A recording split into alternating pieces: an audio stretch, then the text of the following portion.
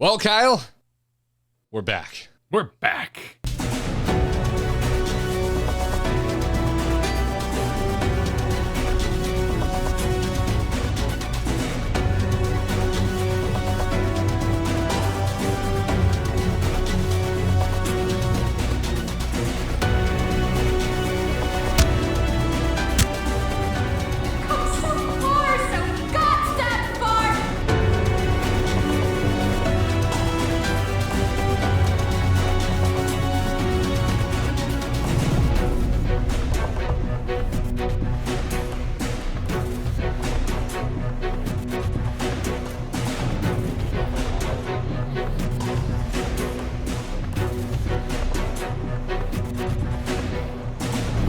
Cheat!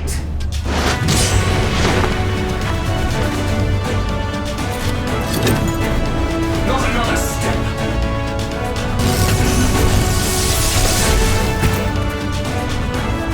I'm so proud to have been a part of your life.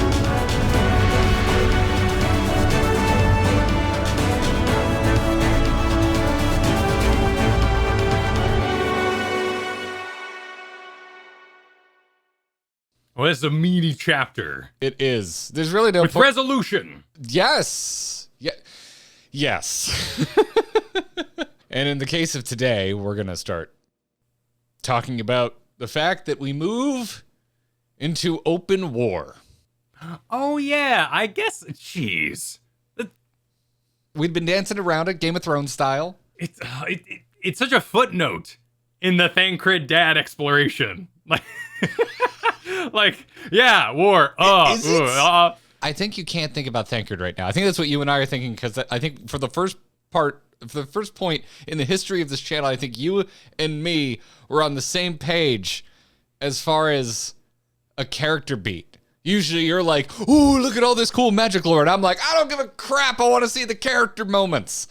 But right now we're both like, what's going on with Thancred? And I think we're both a little annoyed with him. I think we're both annoyed with the same character beat. For like the first, it's very rare we kind of focus in on the same thing and also like have issues with the same thing. But yeah, by the way, calm down, everybody.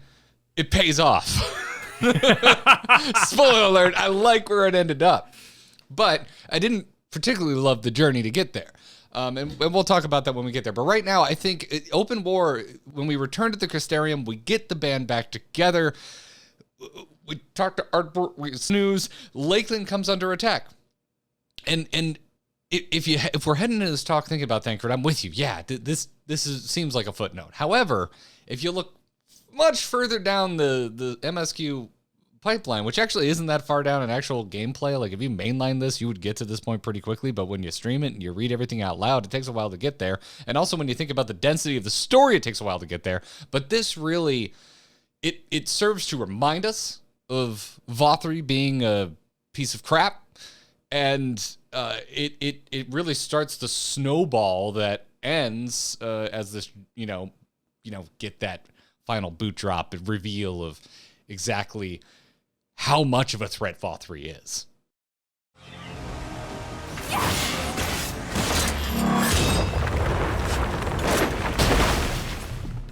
But let's rewind a little bit and talk about defending the Crystarium, because they've got an AT field. They put up a big shield.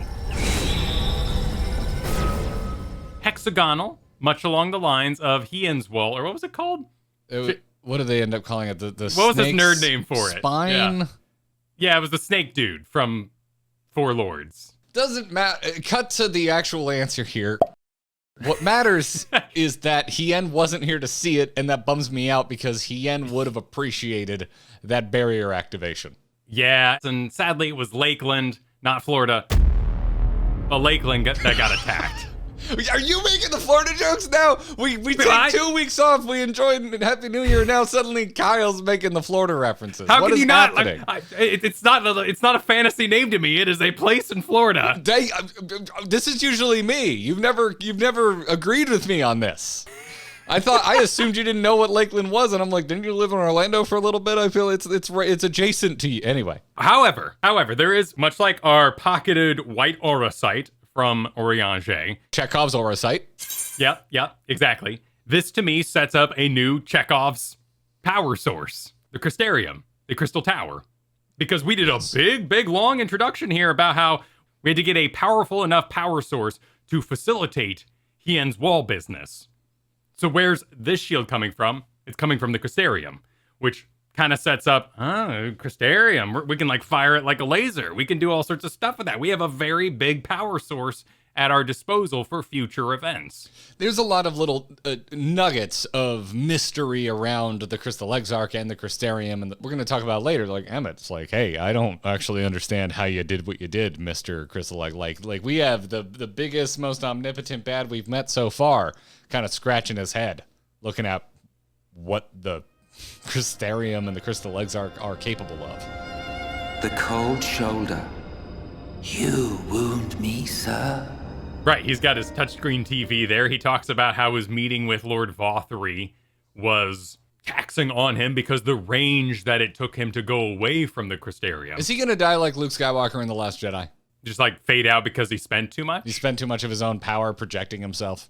Man, I still want to see him like embedded in a wall, but that's like my own fun fantasy that I enjoy. The three-eyed raven? A little three-eye raveny. I'm thinking more like I mean, the other place my brain goes is Kill Me in Aliens. a part of the ship, part of the crew. Maybe that's more what I'm thinking of. Okay, all right, we're going with Davy Jones instead. Wonderful, Yeah. wonderful. Don't hate on the pirate sequels. I find them fun. That scene was an aside in Ratika Greatwood, where the Crystal Exarch went and visited Vothri and basically confidently starts up war negotiations. War, he's like, bring it, basically. Yeah. And Vothri charges up a purple hand of power and fires it. I was reading the purple in this game as Zacian colors, but could have just been purple. Play a Dark Knight, please. Oh, maybe, yeah, Vothri's a Dark Knight.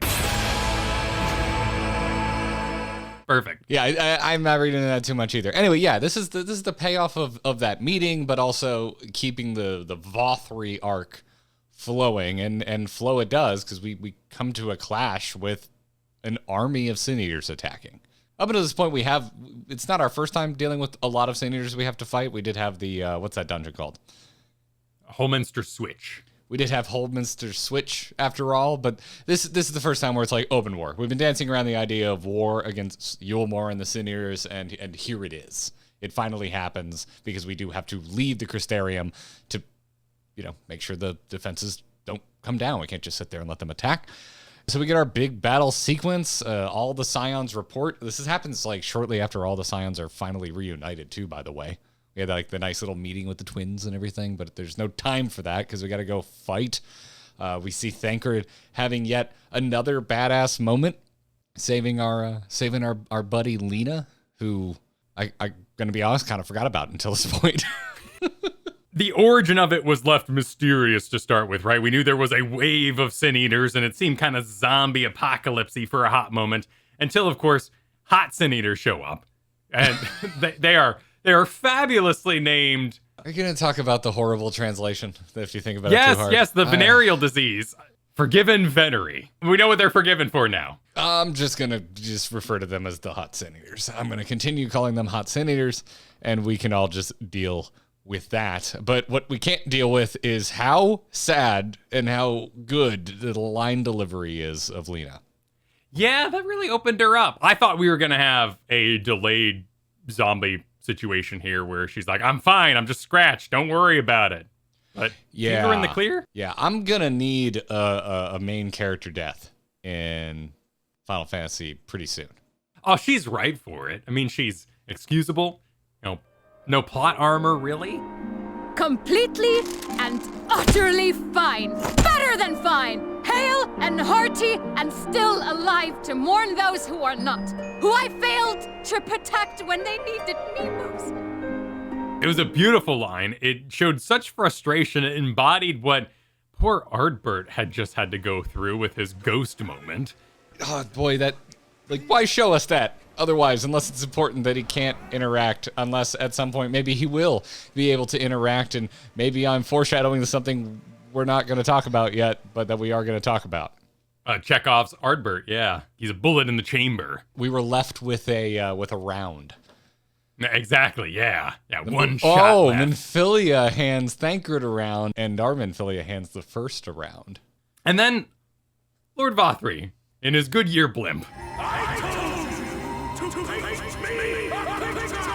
It's a lot. But yeah, again, this is what's important for me of this moment is just reestablishing Vothri as a right bastard that we want to go beat up. And I think it's rather successful at that. I still don't think, however, Kyle, Vothri has reached Asahi levels of I want to friggin' kill you for me. Asahi didn't really have any mystery to him. He was just a dick. We figured out like the brother-sister thing and bringing back the parents. Asahi had, in my opinion, Asahi had more layers than Vothri, at least so far. I don't know. Maybe we'll get a big Vothri backstory moment, but Vothri seems pretty like, I am the bad guy of this video game. Come and kill me. And it's fine that he is, because we've got our layered villain with Emmett. There's more than enough layers there. True. I can totally see the Demon Slayer moment where we're about to put down Vothri and we flash back to Kid Vothri and everything he's been through and how he made these choices and how he got here and makes us feel a little bad about it. But really, like once we've solved the mystery of what the heck Baby Nipple Face is about and why he is the way he is and where he got his powers, yeah, I mean, just the only thing stopping me from putting him down right now is I just want to know what the hell's going on. But then we go and stall back in the Crystarium for a little bit.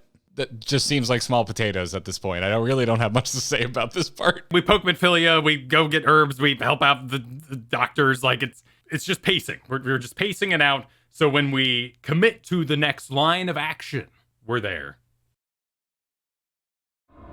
Surely a warden would seem like a blazing beacon by comparison. To the real Oracle of Light, I mean. The real Minfilia. We start to ask, as someone with a wonderful coat once said, the right questions about Vothri. We talk about Exarch's trip to Vothri's palace, like you mentioned. He suggests that Vothri not only has the Sin Eaters under his control, but also the people of Yulmore, and we start to learn about Vothri's mind control powers. I feel like if this was a primal thing, our scions would point that out very blatantly. Because anytime in this game I go, oh, it's like a primal, immediately another character goes, it's like a primal. And that didn't happen here. He who did claim kinship with them, who did boast of control, not in idleness, 'twould seem, but in earnest. What's more important in this part is that Minfilia gets to take the reins.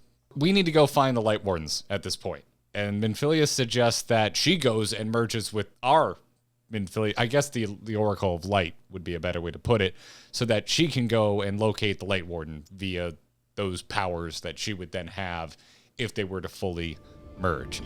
What do you think?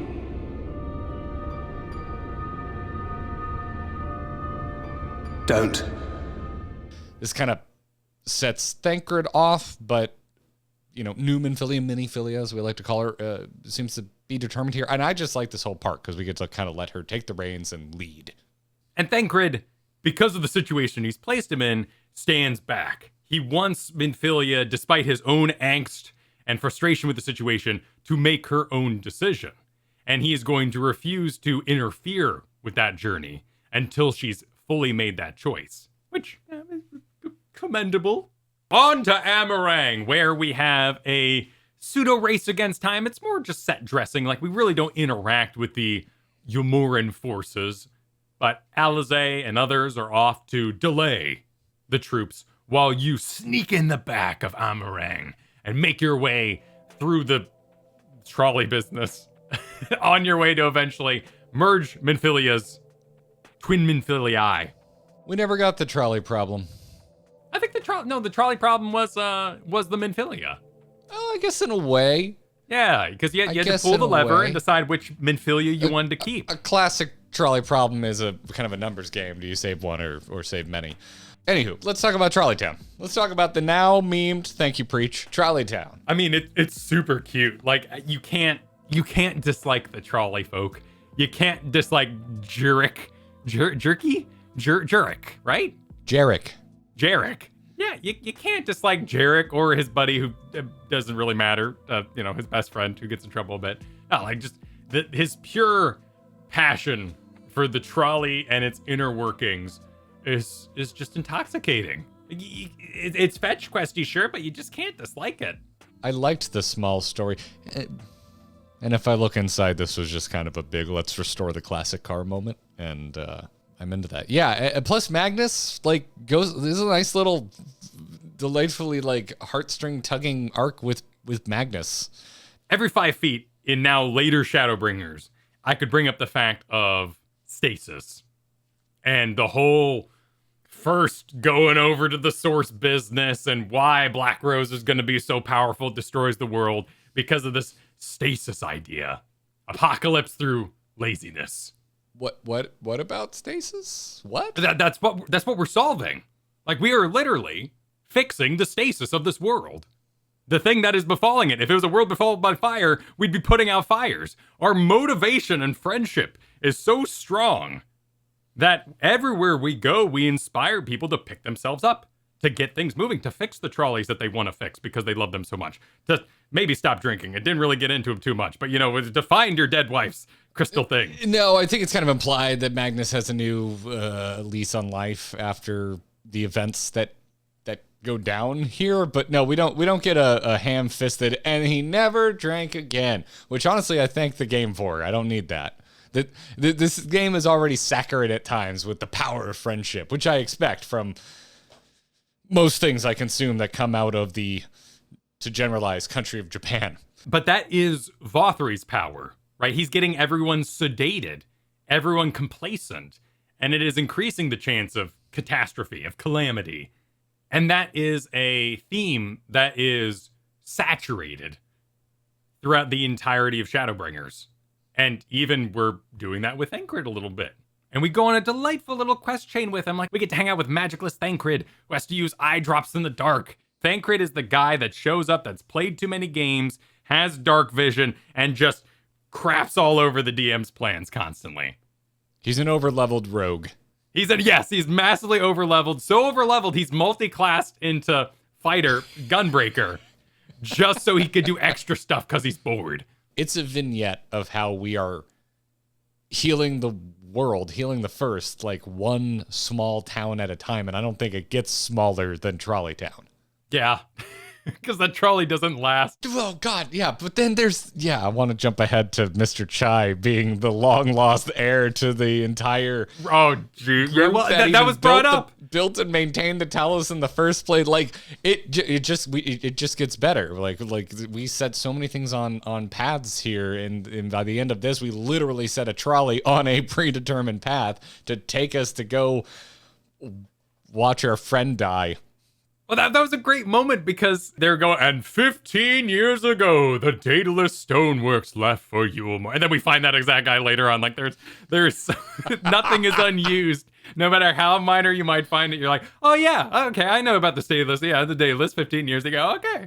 Yeah, the Daedalus from Mr. Chai. Mr. Chai's Daedalus. Exactly. The questing with Thancred culminates in a moment of vulnerability where he tells you a little story about the past. Oh, you mean Thancred talks to you and opens up to you and has an emotional moment with you? Huh. Yeah. He should try that with literally the one person he won't do that with. All right, tip for anyone who has to do this in real life, you don't end it with anyway. You let it sit, saturate.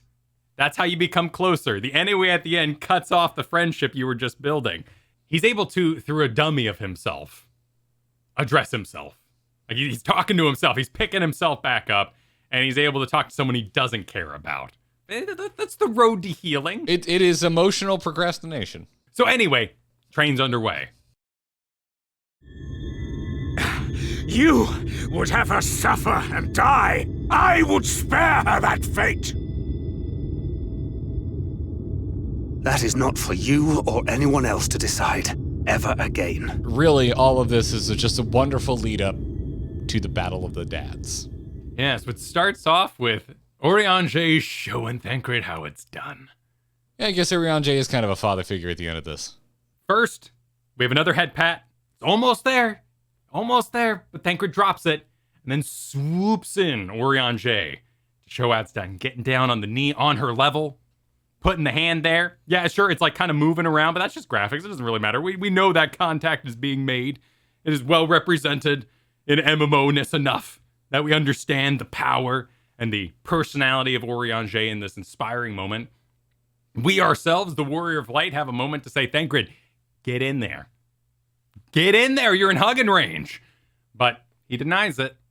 And so Thancred must battle his own demons manifested in Ranjit. the dad throwdown. Yeah, I do just want to bring up Urianger here for a quick second, because I think this usurps him and Moonbrita for the most I've ever liked Urianger. It's really fantastic. And I like also the exploration of Urianger's guilt and how he explains how he puts his guilt aside, because he knows what's at stake. Yet I dare not dwell over long on my many regrets. For the world is a tapestry of fates, interwoven and inseparable. And we who strive to better it cannot choose but make difficult decisions. And I like that. It was a good shit done, dude. I was like, hell yeah, Urianger. Because he's kind of the antithesis of Thancred here. Thancred is someone who is letting his guilt really kind of dictate his actions. And Urianger here talks about how I feel it too, but we need to push on. And I got from Urianger what I wanted from Thancred in multiple ways here. Urianger's guild is very interesting because all of this is his master plan.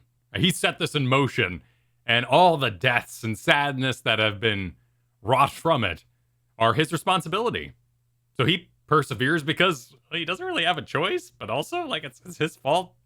This was his plan to save the world. Yeah, it's interesting, man. You could draw some parallels between Urianger and the Ascians. If you really want to, talk about it, it's like both people who have cost lives in the pursuit of what they see as the greater good. And we set off in the trolley, and immediately the trolley gets kicked the shit off the tracks by Ranjit. Where was Ranjit during the ghost train fight? That's what I want to know. Maybe this is the payoff, right? Everyone loves the suplex so much, they had to let a monk give a slam. Though he's also maybe a reaper, because he got a scythe when he merges with his dragon. He does, and also as someone who was going, why is Ranjit so powerful? And I've seen the comments. Everyone's like, he's the only old guy on a planet of young warriors. I'm like, whatever.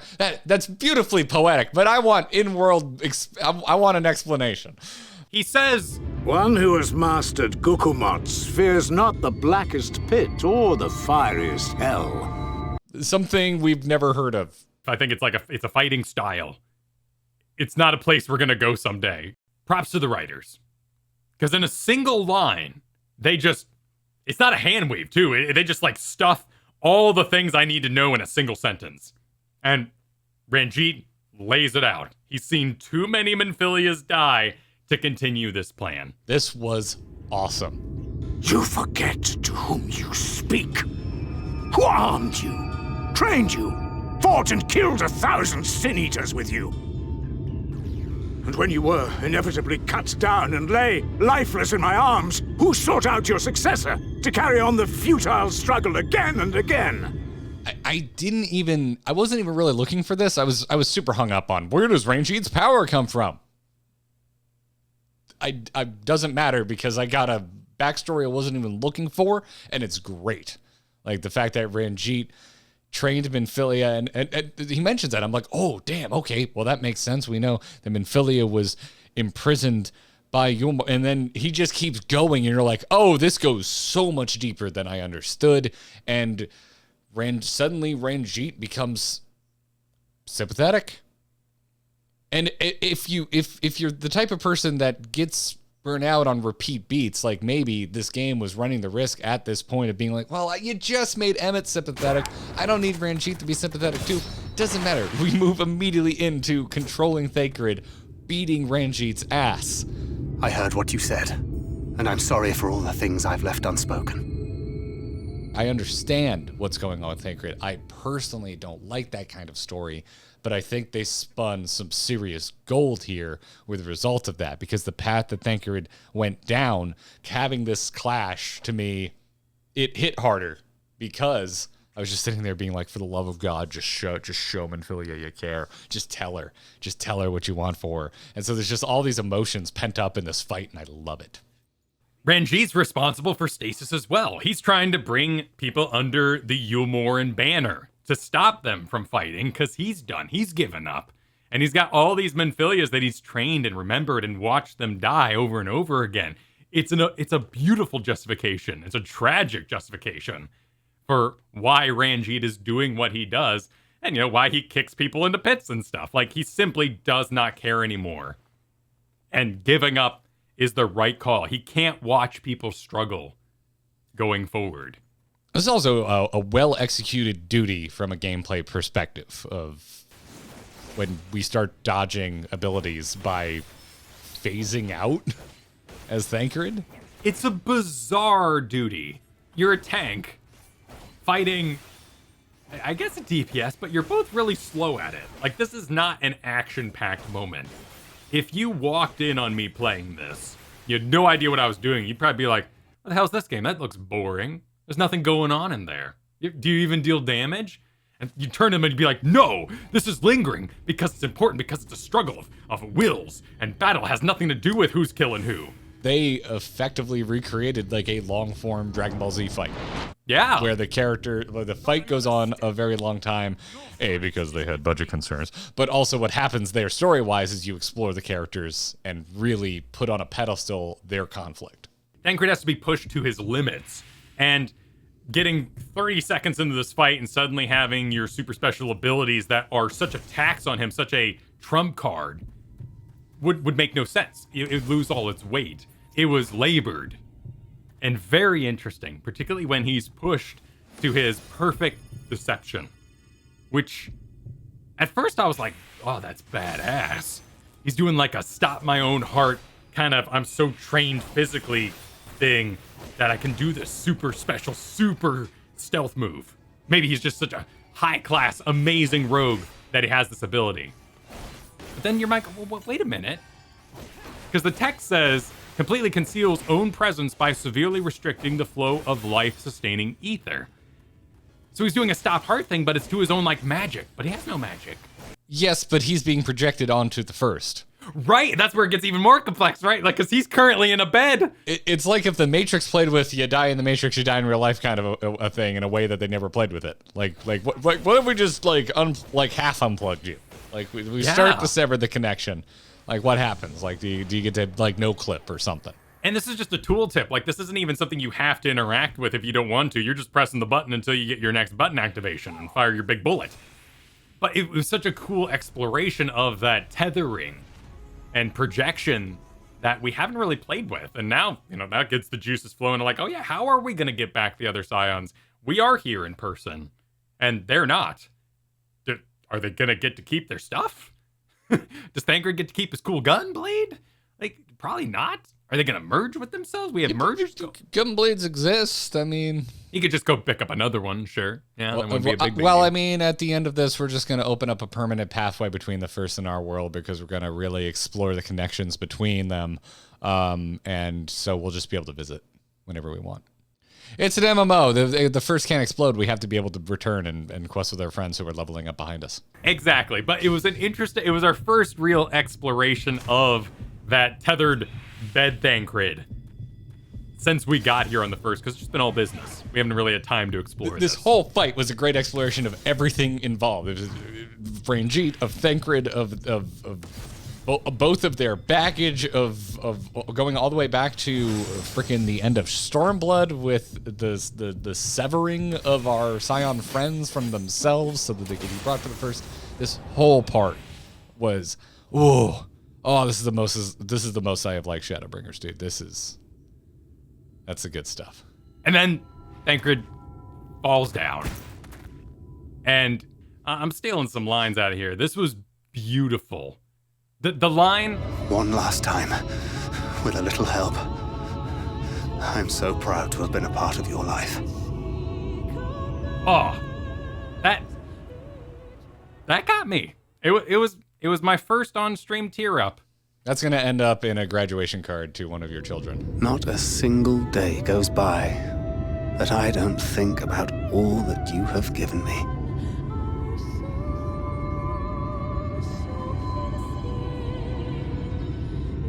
Countless memories. and moments I took for granted. Gods, you grew up so fast.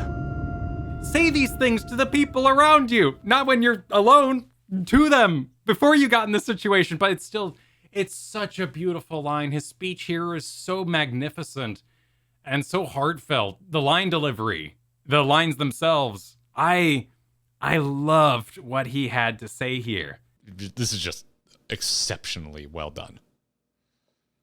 This whole video, we could just call it the best voice acting in Final Fantasy XIV, and in parenthetical so far. It starts with Lena, like to me, who was a side character that I didn't really pay a lot of attention to, and we get a cap on it here with Thancred, but then we immediately launch ourselves into another major dramatic moment, which is the merging of the Minfilias.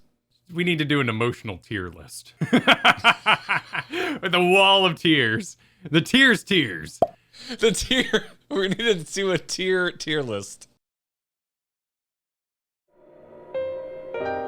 This place.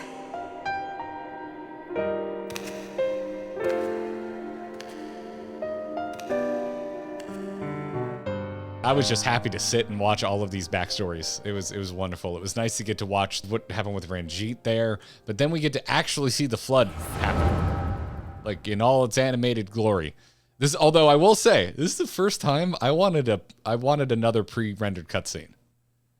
Like, this moment was so cool, and it's so important to the story of Shadowbringers and what happened to the first. It's the first time while playing Final Fantasy XIV where I was like, God damn, I want a pre-rendered Square Enix cutscene here. I want to see the flood in all its glory, just roiling over the land, and Minfilia showing up to stop it.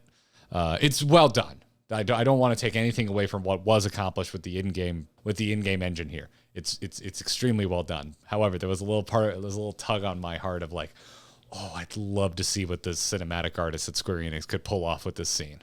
We got to see that in Coils of Bahamut with the Louiswa cutscene, where we had the A Realm Reborn intro, and then if you went to Coils of Bahamut, you got to see the extended version that put in all the little pieces of what happened.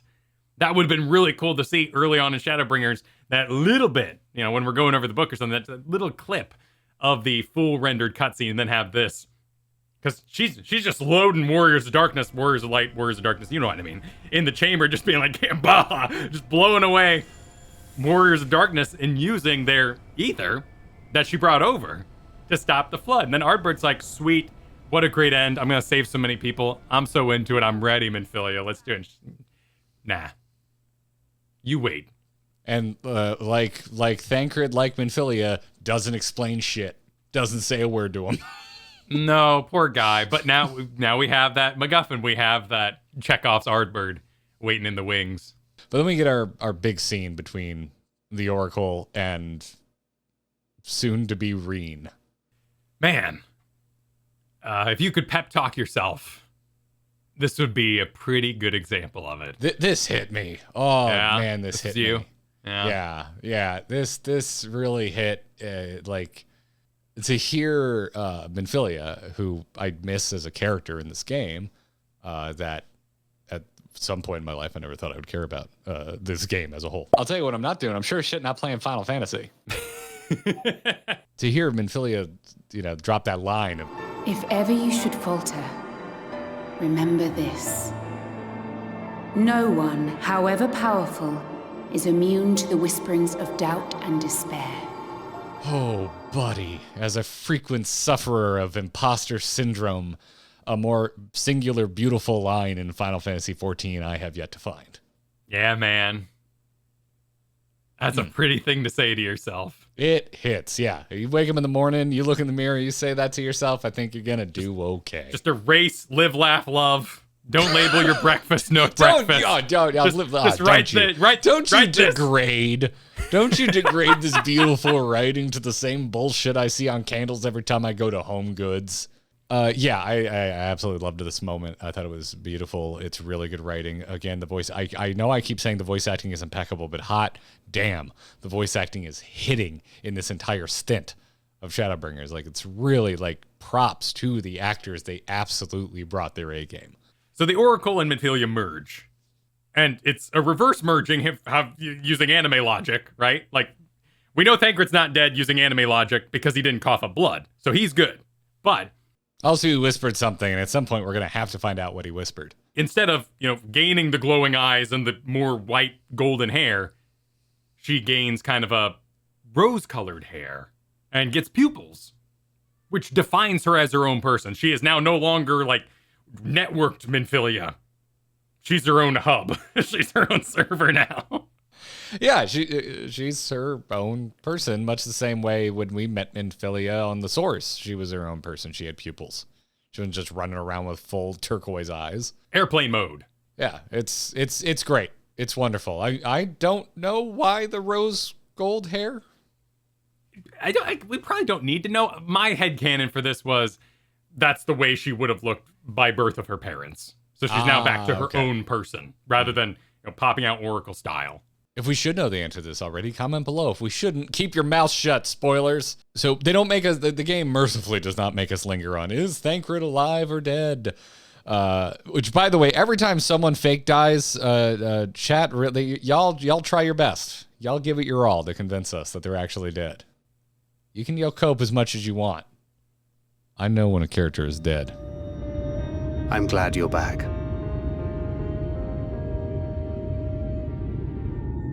You don't have to say that, you know.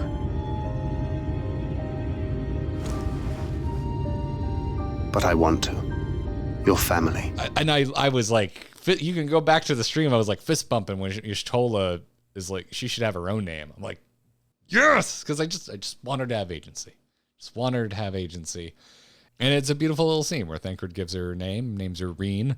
Also pretty damn adorable, Oriange being excited that Thancred paid any attention to his lectures about the Fae language. Yeah, that was cute. Wait, does this mean thou wert listening when I delivered my lectures on the pixies?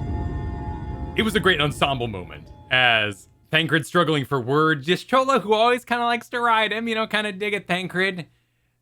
Maybe not deftly, but supplies a opportunity for Thancred to name Minfilia.